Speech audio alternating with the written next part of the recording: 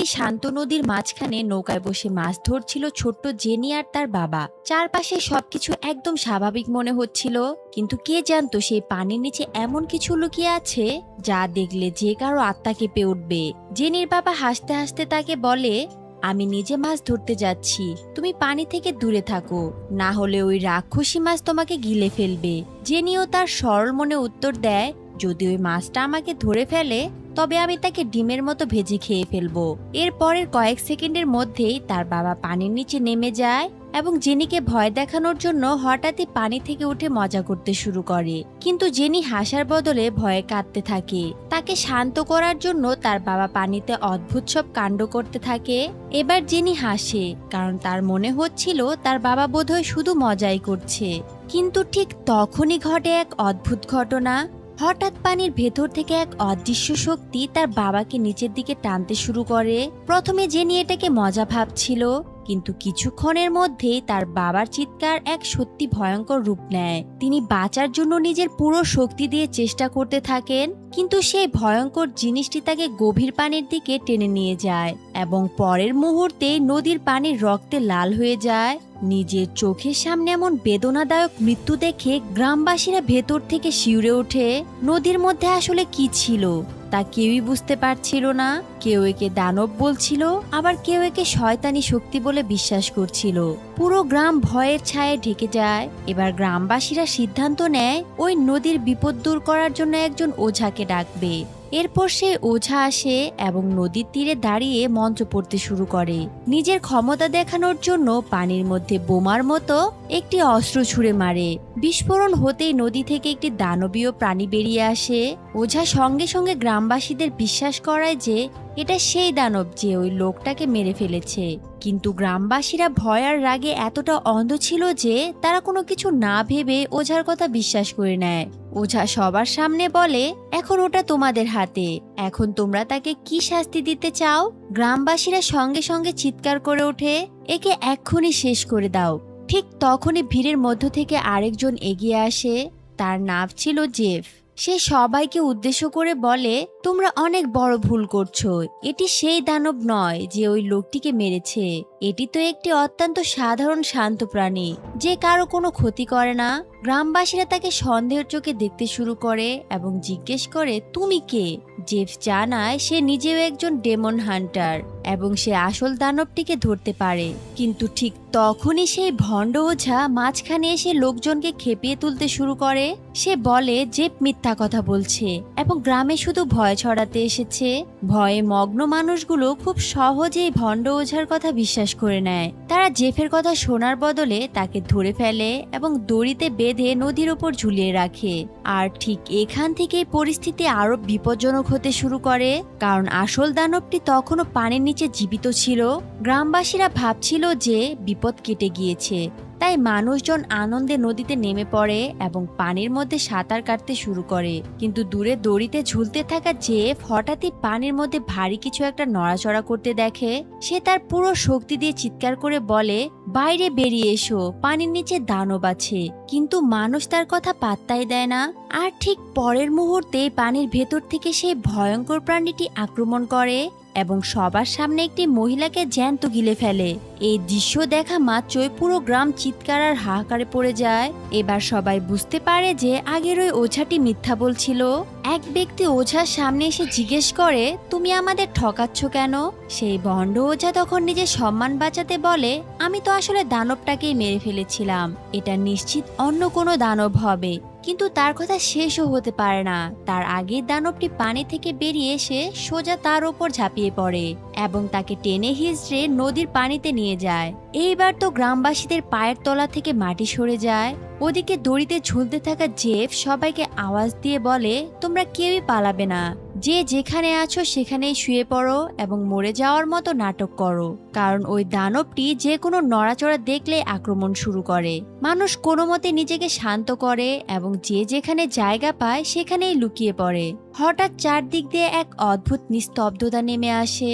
দানবটি পানি থেকে বেরিয়ে আসে ঠিকই, কিন্তু যখন সে কোনো নড়াচড়া দেখতে পায় না তখন সে আবারও পানিতে ফিরে যায়। ঠিক তখনই এক মা তার মেয়ে জেনিকে নৌকায় কিনারে দেখতে পায়। সে ইশারায় তাকে ওখানে থমকে যেতে বলে। কিন্তু বাচ্চাটি ভয়ে তার মায়ের দিকে দৌড়াতে শুরু করে। জেফ জোরে জোরে চিৎকার করে ওঠে, থামো, তোমরা দৌড়াবে না। কিন্তু ততক্ষণে অনেক বেশি দেরি হয়ে গিয়েছিল। পানির ভেতর থেকে সেই দানবটি বেরিয়ে আসে এবং জেনিকে নিজের দিকে টানতে শুরু করে। জেনির মা তখন নিজের জীবনের তোয়াক্কা না করে দৌড়ে গিয়ে বাচ্চাটিকে ধরে ফেলে। সে তার পুরো শক্তি লাগিয়ে দেয়, কিন্তু সেই দানবের অসীম শক্তির সামনে সে ছিল বড্ড দুর্বল। কিছুক্ষণের মধ্যে দানবটি বাচ্চাটিকে নিজের দিকে টেনে নিয়ে যায়। জেনির মা তার স্বামী এবং মেয়েকে হারিয়ে মানসিকভাবে একেবারেই ভেঙে পড়ে, কিন্তু সে হার মানে না। সে একটি কুড়াল তুলে নেয় এবং পানিতে ঝাঁপ দিয়ে দানবটিকে তার সামনে আসার জন্য চ্যালেঞ্জ করে। তখনই পানির ভেতর থেকে সেই বিশাল দানবটি তার সামনে চলে আসে। তার বিশাল আকার দেখে মায়ের দম আটকে যায়। সে কাপা গলায় বলে, আমার বাচ্চাকে আমাকে ফিরিয়ে দাও। কিন্তু সেই রাক্ষসে দানবের কাছে কোনো মায়ের মমতার কোনো মূল্যই ছিল না। সে চোখের পলকে ওই মহিলাকে নির্মমভাবে গিলে ফেলে। এরপর দানবটি কাঠের তৈরি সেতুর উপর ঝাঁপিয়ে পড়ে। সেতুটি ভাঙতে শুরু করে এবং সেখানে দাঁড়িয়ে থাকা এক মহিলার হাত থেকে একটি ছোট্ট বাচ্চা পিছলে গিয়ে সেতুর অন্য এক অংশে গিয়ে পড়ে যায়। নিচে সেই দানবটি মুখ হা করে অপেক্ষা করছিল। শিশুটির জীবন মাত্র কয়েক সেকেন্ডের দূরত্বেই ছিল। ঠিক তখনই জেফ কোনোভাবে নিজেকে দড়ি থেকে মুক্ত করে এবং সেতুর উপর ঝাঁপিয়ে পড়ে। বাচ্চাটি হামাগুড়ি দিয়ে তার দিকে এগিয়ে আসছিল, কিন্তু দানবটি সেতুটিকে জোরে নাড়িয়ে দেয়। বাচ্চাটি নিচে পড়েই যাচ্ছিল। ঠিক তখনই জেফ আগে সেই ভণ্ড ওঝার মৃতদেহ টেনে আনে, সেতুর ওপর ওজন বাড়ায় যাতে সেতুর ভারসাম্য তার দিকে ঝুঁকে যায়। কিছুক্ষণের জন্য মনে হচ্ছিল বাচ্চাটি বুঝি বেঁচে যাবে, কিন্তু দানবটি আবারও ঝাঁপ মারে এবং বাচ্চাটি শূন্যে ভেসে গিয়ে নদীর দিকে পড়তে শুরু করে। জেফ শেষ মুহূর্তে নিজের হাত বাড়িয়ে বাচ্চাটিকে ধরে ফেলে এবং তাকে দানবের মুখে যাওয়া থেকে বাঁচিয়ে নেয়। এই চেষ্টার ফলে দানবটি সেতুর লোহা আর কাঠের মাঝখানে ফেসে যায়। জেফ তখন সঙ্গে সঙ্গে বুঝতে পারে এটাই সুবর্ণ সুযোগ। সে ভণ্ড ওঝার উদ্দেশ্যে বলে, যদি একে পাড়ে টেনে আনা যায় তবে এ আর পানিতে ফিরে যেতে পারবে না, আর তখন একে আর কেউই থামাতে পারবে না। জেফ এবং সে ওঝা মিলে সেতুর উপর লাফাতে থাকে যাতে দানবটিকে বাইরে টেনে আনা যায়, কিন্তু দানবটি এতটাই শক্তিশালী ছিল যে তারা দুজনেই ছিটকে দূরে পড়ে যায়। গ্রামবাসীরাও সাহস জুগিয়ে সাহায্য করার চেষ্টা করে, কিন্তু কেউই সেই দানবের শক্তির সামনে টিকতে পারছিল না। ঠিক তখনই মাটি কাঁপতে শুরু করে এবং ভিড়ের মধ্যে থেকে এক বয়স্ক ভারী মহিলা দৌড়ে আসে। সে সেতুতে লাফিয়ে পড়া মাত্রই তার পুরো ওজন দানবের উপরে গিয়ে পড়ে। দানবটি এক ঝটকায় বাইরে ছিটকে আসে এবং সরাসরি সেই ভণ্ড ওঝার ওপর গিয়ে পড়ে। এবার দানবটি তার আসল রূপ দেখায়। একে দেখে গ্রামবাসীদের ভয় আর রাগ একেবারে চরমে পৌঁছে যায়। সবাই অস্ত্র হাতে তার উপর ঝাঁপিয়ে পড়তে উদ্ধত হয়, কিন্তু জেফ মাঝখানে এসে সবাইকে থামিয়ে দেয়। সে বলে, কেউ একে হাত দেবে না, আমি একে ধরতে পারি। সে নিজের জিনিসপত্র মাটিতে রাখে এবং তারপর একটি পুরনো বই বের করে যাতে দানবদের বশ করার মন্ত্র লেখা ছিল। জেফ মন্ত্র পড়তে শুরু করে, কিন্তু সে যতই পড়তে থাকে দানবটি শান্ত হওয়ার বদলে আরো বেশি ক্ষিপ্ত হয়ে ওঠে। সে জেফের ওপর আক্রমণ করতেই যাচ্ছিল। ঠিক তখনই হঠাৎ সেখানে এক তেজি ও বিপজ্জনক মেয়ে চলে আসে। সেই মেয়েটির নাম ছিল সিন। সিন কোনো ভয় না পেয়ে সোজা দানবটির ওপর ঝাঁপিয়ে পড়ে। সে তার জাদুকরি কাপড় দিয়ে দানবটিকে পেঁচিয়ে ফেলে। কিছুক্ষণের মধ্যে তার বিশাল শরীরটি ছোট হয়ে যায় এবং সে একটি পুতুলের মতো রূপ ধারণ করে। সিন তাকে নিজের নিয়ন্ত্রণে এনে জেফের দিকে তাকায় এবং জিজ্ঞেস করে, তুমিও কি দানব শিকার করো? জেফ তার বইটি দেখিয়ে বলে, হ্যাঁ, আমি মন্ত্র দিয়ে ওদের শান্ত করি। সিন তার কথা শুনে হাসতে শুরু করে। সে বলে, তোমার এই বই নিশ্চয়ই ছোটখাটো ইঁদুরকে শান্ত করার জন্য। আসল দানবদের এভাবে ধরা যায় না। এরপর তার হাতে পড়া জাদুকরি চুরি ঘোরায় এবং নিজের শক্তির প্রদর্শন করে, যে পুরোপুরি স্তব্ধ হয়ে যায়। গ্রামবাসীরা সিনকে তাদের রক্ষাকর্তা মনে করে তার পায়ে পড়ে যায়, কিন্তু জেফের মনে কোনো আনন্দ ছিল না, ছিল শুধু কষ্ট। সে নীরবে তার মাস্টারের কাছে ফিরে যায় এবং ভাঙা মনে বলে, এবারও আমি মানুষকে বাঁচাতে পারলাম না। আমার চোখের সামনে কত মানুষ দানবের শিকার হয়ে গেল। তখন তার মাস্টার তাকে জানায় যে সে যে দানবটির মুখোমুখি হয়েছিল সে সবসময় খারাপ ছিল না। একসময় সে একটি ভালো আত্মা ছিল। সে নদীর তীরে একটি বাচ্চাকে বাঁচানোর চেষ্টা করছিল, কিন্তু গ্রামবাসীরা তাকে ভুল বুঝেছিল। তারা ভেবেছিল সে বাচ্চাদের মারতে এসেছে, তাই তারা তাকে পিটিয়ে মেরে নদীতে ফেলে দেয়। এই ঘৃণা আর কষ্টই তাকে দানব বানিয়ে দিয়েছে। মাস্টার জেফকে বোঝায়, দানব শুধু শরীর দিয়েই তৈরি হয় না, অনেক সময় মানুষের ভেতরের ঘৃণায় কোনো ভালো আত্মাকে দানব বানিয়ে দেয়। জেফের মন আরো খারাপ হয়ে ওঠে। তবে গল্পের আসল থ্রিল তো সবে শুরু। এরপর দৃশ্যটি চলে যায় একটি রেস্তোরাঁয়। এক দম্পতি সেখানে খাবার খেতে আসে। ভেতরের পরিবেশটা এক অদ্ভুত নিস্তব্ধতা ছিল। কোনো কাস্টমার নেই, কোনো ওয়েটার নেই, কোনো আওয়াজ ছিল না। দুজনের কাছে জায়গাটা খুবই অদ্ভুত মনে হচ্ছিল। কিন্তু তখনই একজন ওয়েটার তাদের সামনে আসে। সে খুব ভালোবাসা দিয়ে তাদের স্বাগতম জানায় এবং রেস্তোরাঁর সবচেয়ে স্পেশাল ভিআইপি খাবারের কথা বলে। কিছুক্ষণ পর তাদের সামনে গরম গরম খাবার চলে আসে।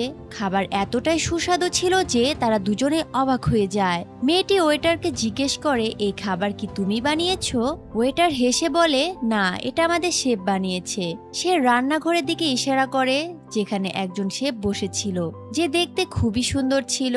মেয়েটি তার রূপ দেখে বারবার তার সাথে কথা বলার জেদ ধরে, কিন্তু শেফ তার দিকে না তাকিয়ে তার সাথে কথা বলতে মানা করে দেয়। মেয়েটি তারপর তার গলার আওয়াজ শুনতে চাচ্ছিল।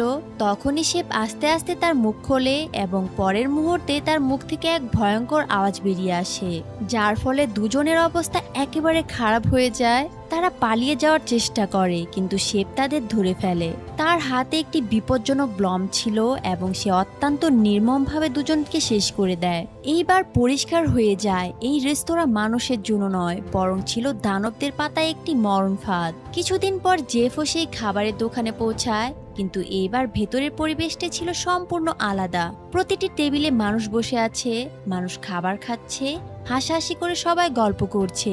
সবকিছু এতটাই স্বাভাবিক দেখাচ্ছিল যে কেউ এখানে ধোঁকা খেয়ে যাবে। তখন একটি সুন্দরী মহিলা জেফের কাছে আসে এবং তাকে ভেতরে নিয়ে যাওয়ার চেষ্টা করে, কিন্তু জেফের চোখ অন্যদিকে ছিল।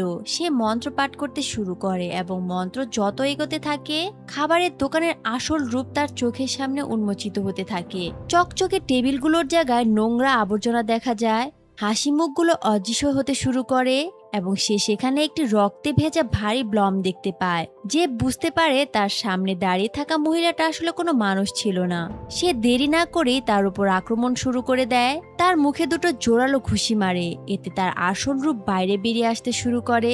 কিন্তু ঠিক তখনই সিন সেখানে এসে পৌঁছায়। সে আসা মাত্রই সেই দানবটিকে এতটাই মারধর করে যে সে সেখানে শেষ হয়ে যায়। সিন খাবারের দোকানে আরো অনেক দানব দেখতে পায়। সে একে একে সবাইকে শেষ করতে শুরু করে, কিন্তু আসল বিপদ তখনও লুকিয়েছিল। সিন তখন জোরে চিৎকার করে বলে, যদি সাহস থাকে তবে আমার সামনে এসো। তখনই অন্ধকার থেকে সেই শেফ দানবটি বাইরে বেরিয়ে আসে। আসা মাত্রই সে সিনের ওপর আক্রমণ শুরু করে। দুজনের মধ্যে এক তুমুল যুদ্ধ শুরু হয়ে যায়। সিন তার জাদুকরি চুরি দিয়ে তার উপর আক্রমণ করতে থাকে। প্রতিবার আঘাতের ফলে তার শরীর ক্ষতবিক্ষত হয়ে যাচ্ছিল, কিন্তু সেই দানবটি যন্ত্রণায় দুর্বল হওয়ার বদলে আরো বেশি ক্ষিপ্ত হয়ে উঠছিল। ধীরে ধীরে তার আসল রূপ সামনে আসে। সে কোনো সাধারণ দানব ছিল না, বরং একটি বিশাল শূকর দানব ছিল। তার চোখে ছিল হিংস্র আর ঘৃণা, শরীরে ছিল অনিয়ন্ত্রিত শক্তি এবং হাতে ছিল সেই ভয়ঙ্কর ব্লম। সে সিনের ওপর তার পুরো শক্তি দিয়ে আক্রমণ করে, কিন্তু সিন তার শক্তি দিয়ে কোনো মতো নিজেকে বাঁচিয়ে নেয়।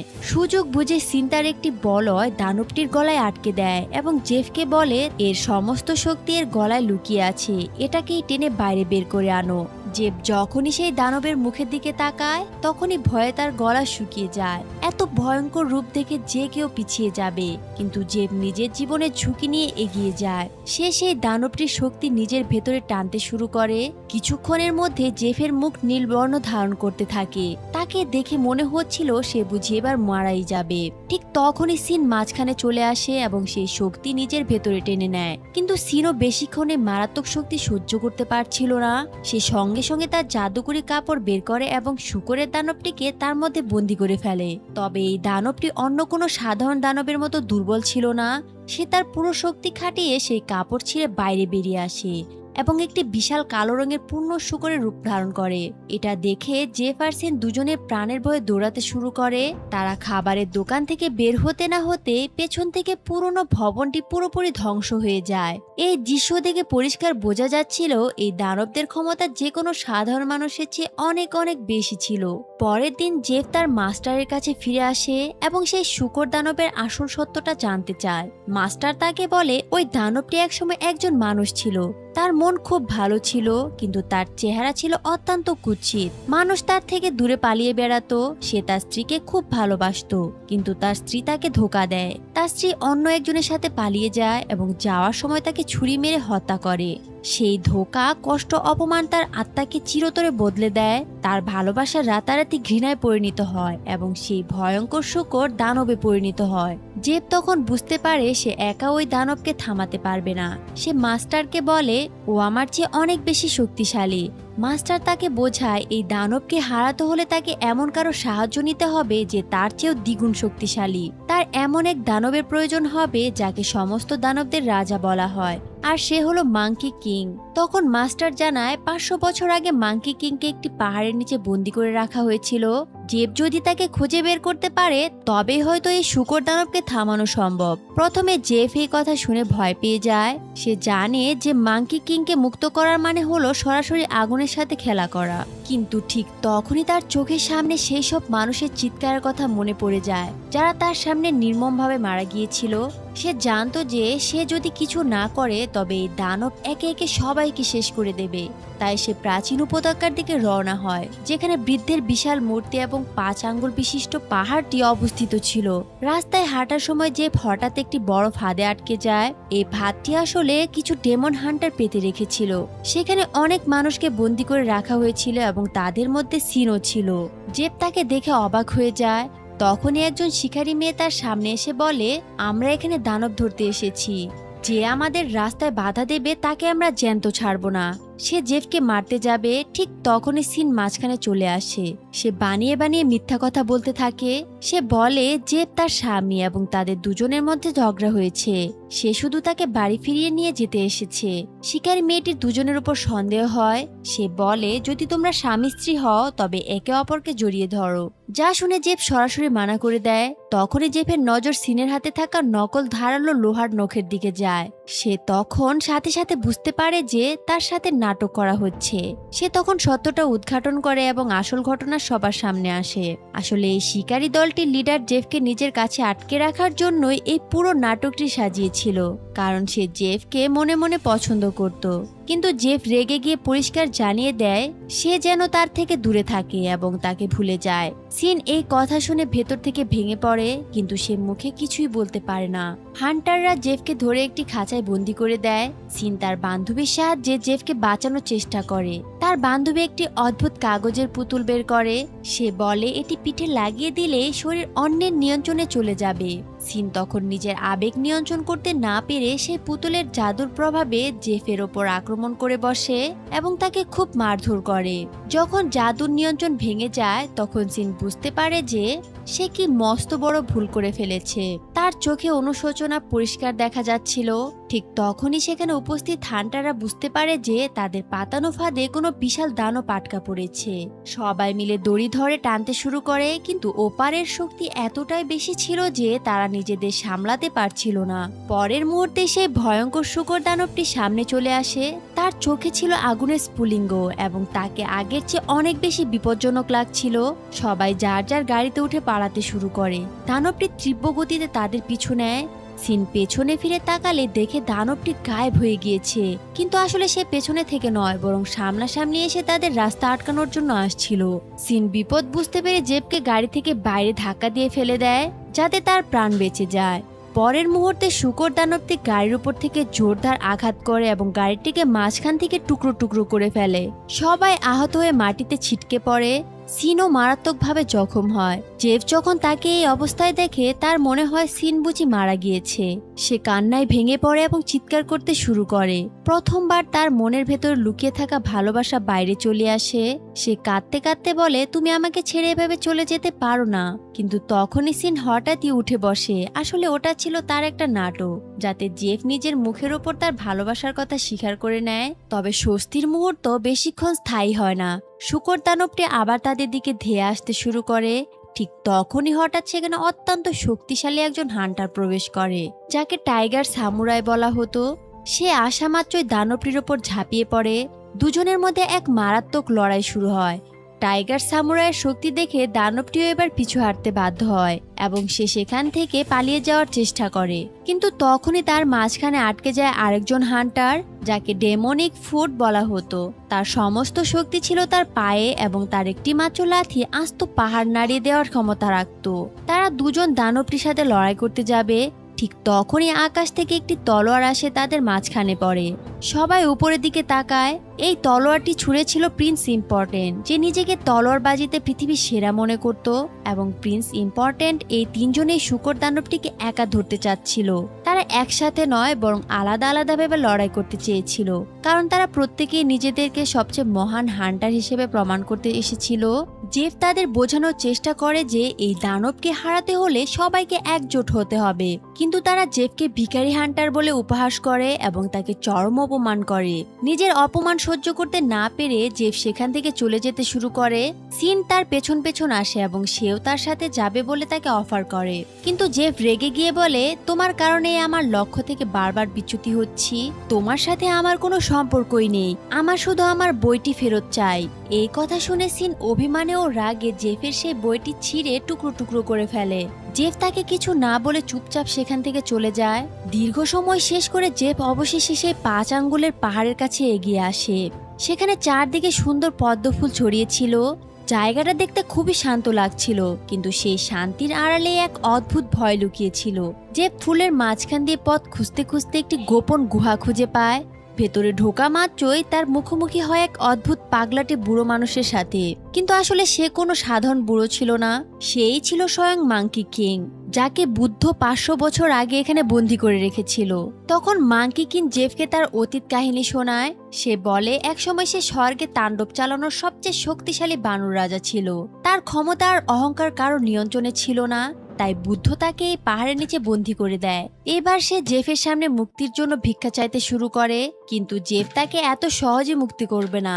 সে শর্ত দেয়, প্রথমে আমাকে সাহায্য করতে হবে এবং সেই শূকর দানবটিকে হারাতে হবে, তবেই আমি তোমাকে এখান থেকে বের করার পথ দেখাবো। তারা দুজনেই যখন পরিকল্পনা করছিল, ঠিক তখনই সিন সেখানে পৌঁছায়। সে জেফকে খুঁজতে খুঁজতে এত দূর চলে এসেছিল। সিন বলে সেও তাদের সাহায্য করতে চায়। জেফ তাকে চলে যেতে বললেও সিন এবার পিছু হাঁটতে রাজি ছিল না। মাঙ্কি কিং অত্যন্ত চতুরতার সাথে তাদের বলে শূকর দানবটি তার পূর্বজীবনের রূপ ও ভালোবাসার গোলাম ছিল, তাই তাকে বাইরে নিয়ে আসার জন্য নাচ এবং সুরের সাহায্য নেওয়া যেতে পারে। এই কথা শুনে সিন সে জ্যোৎস্না রাতে দাঁড়ায় এবং মঞ্চের সাথে সাথে নাচতে শুরু করে। কিছুক্ষণের মধ্যে শূকর দানবটি সেখানে চলে আসে এবং সরাসরি জেফের ওপর আক্রমণ করে, কিন্তু সিন নিজের জীবন বাজি রেখে জেফকে বাঁচিয়ে নেয়। দানবটি গুহার ভেতর ঢোকার চেষ্টা করলে মাঙ্কি কিং তার আসল ক্ষমতার এক ঝলক দেখায় এবং দানবটিকে আকারে একদম ছোট করে দেয়। সিন সঙ্গে সঙ্গে তার জাদুকরি কাপড় বের করে এবং তাকে বন্দি করে ফেলে। এখন সেই নদীর পানির দানব এবং এই শূকর দানব দুটোই তাদের নিয়ন্ত্রণে চলে আসে। এই জোয়ারের মুহূর্তে সিন অত্যন্ত খুশি হয়ে সেই দুটি দানবকে বন্দি করে জেফের হাতে তুলে দেয়। এরপর সে জাদুকরি চুড়িটি বের করে আংটিতে পরিণত করে এবং জেফের আঙ্গুলে পরিয়ে দেয়। সে জেফের সেই ছেঁড়া বইটি তখনই আবার জোড়া লাগিয়ে দেয়। সিনের চোখে পরিষ্কার দেখা যাচ্ছিল সে জেফকে কতটা ভালোবাসে, কিন্তু জেফ এবার নিষ্ঠুরভাবে তার মন ভেঙে দেয়। সে আংটিটি ফিরিয়ে নিতে বলে, কিন্তু যখন সিন রাজি হয় না, তখন সে একটি পাথর তুলে নিজের হাত ভেঙে ফেলার হুমকি দেয়। বাধ্য হয়ে সিন চোখের পানি মুছতে মুছতে আংটি খুলে নেয়। সে মুখে আর কিছুই বলে না, শুধু তার চোখ বেয়ে পানি পড়তে থাকে এবং সে নীরবে সেখান থেকে চিরদিনের মতো চলে যায়। সিন চলে যাওয়ার পর জেফ নিজের সিদ্ধান্তর বোঝাও এবং একাকিত্ব অনুভব করতে শুরু করে, কিন্তু ততক্ষণে অনেক দেরি হয়ে গিয়েছিল। ওদিকে মাঙ্কি কিং এই সমস্ত কিছু দেখছিল। সে জেফকে উস্কানি দিয়ে বলে, গুহার ওপরে থাকা ওই পদ্মফুলটি ছিঁড়ে ফেলো, তবে বাইরের রাস্তা পরিষ্কার হবে। জেফ কোনো কিছু না বুঝে সেই পদ্মফুলটি ছিঁড়ে ফেলে। ফুলটি ছেঁড়া মাত্র চারপাশে সমস্ত পদ্মফুল আগুনের মতো জ্বলতে শুরু করে। পরের মুহূর্তে পুরো গুহাটি কেঁপে ওঠে এবং মাঙ্কি কিং এক ভয়ঙ্কর ও অশুভ হাসির সাথে মুক্ত হয়ে যায়। তার 500 বছরের বন্দিদশা শেষ হয়ে গিয়েছিল। প্রথমে সে নিজেকে পুরোপুরি বদলে গেছে বলে দাবি করে। সে বলে সে আগের মতো দুষ্টু নেই, এখন সে খুব ভালো হয়ে গিয়েছে। কিন্তু জেফের মুখ থেকে যখনই বুদ্ধের নামটি বের হয়, মাঙ্কি কিং এর আসল ও ভয়ঙ্কর রূপ সামনে চলে আসে। সে প্রচন্ড রাগে জেফকে ফুল দিয়ে এক ঝটকায় দূরে সরিয়ে ফেলে। জেফ মারাত্মকভাবে মাটিতে আছাড় খায়। তারপর মাঙ্কি কিং অত্যন্ত নিষ্ঠুরভাবে জেফের চুল ধরে একে একে উপড়াতে শুরু করে। জেফ যন্ত্রণায় ছটফট করতে থাকে আর মাঙ্কি কিং তাকে দেখে অট্টহাসিতে হাসতে থাকে। এইবার পুরোপুরি পরিষ্কার হয়ে যায় যে সে আসলে মুক্তির জন্য এতক্ষণ ভালো সাজার নাটক করছিল এবং জেফের সাথে চরম বিশ্বাসঘাতকতা করেছিল। ঠিক তখনই সেখানে ওই 3 হান্টার উপস্থিত হয়। তাদের তখন মনে হচ্ছিল যে তারা যদি মাঙ্কি কিংকে হারিয়ে দিতে পারে তবে তারা পৃথিবীতে তাদের নাম সবার উপরে চলে যাবে। তারা একের পর এক তার উপর আক্রমণ শুরু করে। কেউ তলোয়ার চালায়, কেউ লাথি মারে, তো কেউ নিজের পুরো শক্তি প্রদর্শন করে। কিন্তু মাঙ্কি কিং এর ওপর প্রতিটি আঘাতই সম্পূর্ণ ব্যর্থ প্রমাণিত হয়। উল্টো প্রতিটি আক্রমণ তাকে আরো বেশি শক্তিশালী করে তোলে। কিছুক্ষণের মধ্যে সেই মহান হান্টাররা তার সামনে অসহায় হয়ে পড়ে। মাঙ্কি কিং এক ঝটকায় তাদের ধূলিসাৎ করে দেয়। এখন মাঙ্কি কিং জেফকে শেষ করতে যাচ্ছিল, ঠিক তখনই হঠাৎ সিন সেখানে ফিরে আসে।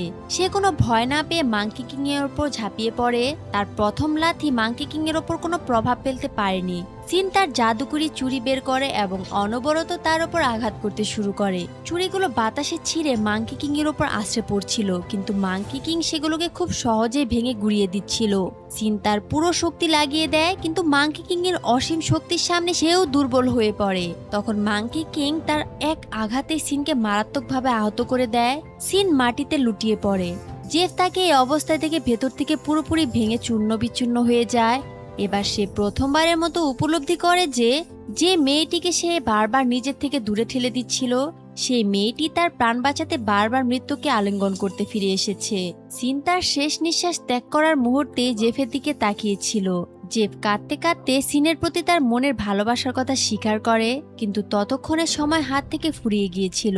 সিনের জীবন একটি স্বর্গীয় আলোয় রূপান্তরিত হয়ে যায় এবং তার চোখের সামনে সে হাওয়া হয়ে মিলিয়ে যায়। তখন জেফ কাঁপা কাঁপা হাতে সেই জোড়া লাগানো বইটি তুলে নেয় যা সিন পরম যত্নে তার জন্য ঠিক করে দিয়েছিল। এবার সে মন্ত্রটি শুধু মুখস্থ শব্দের মতো নয়, বরং তার পুরো হৃদয় দিয়ে পাঠ করতে শুরু করে। মন্ত্রটি শেষ হওয়া মাত্রই আকাশ থেকে এক দিব্য উজ্জ্বল ঐশ্বরিক শক্তি নেমে আসে। সেই আলো মাঙ্কি কিংকে শক্ত করে চেপে ধরে এবং তার সমস্ত শয়তানি শক্তিকে পিষে মেরে ফেলতে শুরু করে। মাঙ্কি কিং যন্ত্রণায় চিৎকার করে ওঠে, কিন্তু এবার সেই মহাজাগতিক এবং পবিত্র শক্তির সামনে তার সমস্ত ক্ষমতা ব্যর্থ হয়ে যায়। এরপর মাঙ্কি কিং আর জেফকে অন্য একটি জায়গায় দেখা যায়। সবকিছু পুরোপুরি বদলে গিয়েছিল। মাঙ্কি কিংকে সেই আগের মতো অনিয়ন্ত্রিত হিংস্র দানব বলে আর মনে হচ্ছিল না। জেফ সিনের সেই জাদুকরি আংটিটা বের করে মাঙ্কি কিং এর মাথায় স্পর্শ করায়। আংটিটি ধীরে ধীরে একটি জাদুকরি মুকুটে পরিণত হয়ে যায়, যা মাঙ্কি কিংকে সম্পূর্ণ নিয়ন্ত্রণে নিয়ে আসে। এখন সে আর জেফের শত্রু ছিল না, বরং তার জীবনের নতুন যাত্রায় এক বিশ্বস্ত সঙ্গী হয়ে ওঠে। সিন চলে যাওয়ার পর জেফ আর আগের মতো রইল না। তার বই, তার পথ আর তার জীবনের উদ্দেশ্য সবকিছু বদলে গিয়েছিল। এখন তার কাছে অসীম ক্ষমতা ছিল ঠিকই, কিন্তু হৃদয়ে ছিল এমন এক গভীর ক্ষত ও বেদনা যা পৃথিবীর কোনো জাদু মন্ত্র দিয়ে আর ভালো করা সম্ভব ছিল না। এরপর এই হান্টার অন্য কোনো দুষ্ট শক্তিকে মারার জন্য বেরিয়ে পড়ে, আর এভাবে এই দুর্দান্ত সিনেমাটি এখানেই শেষ হয়ে যায়।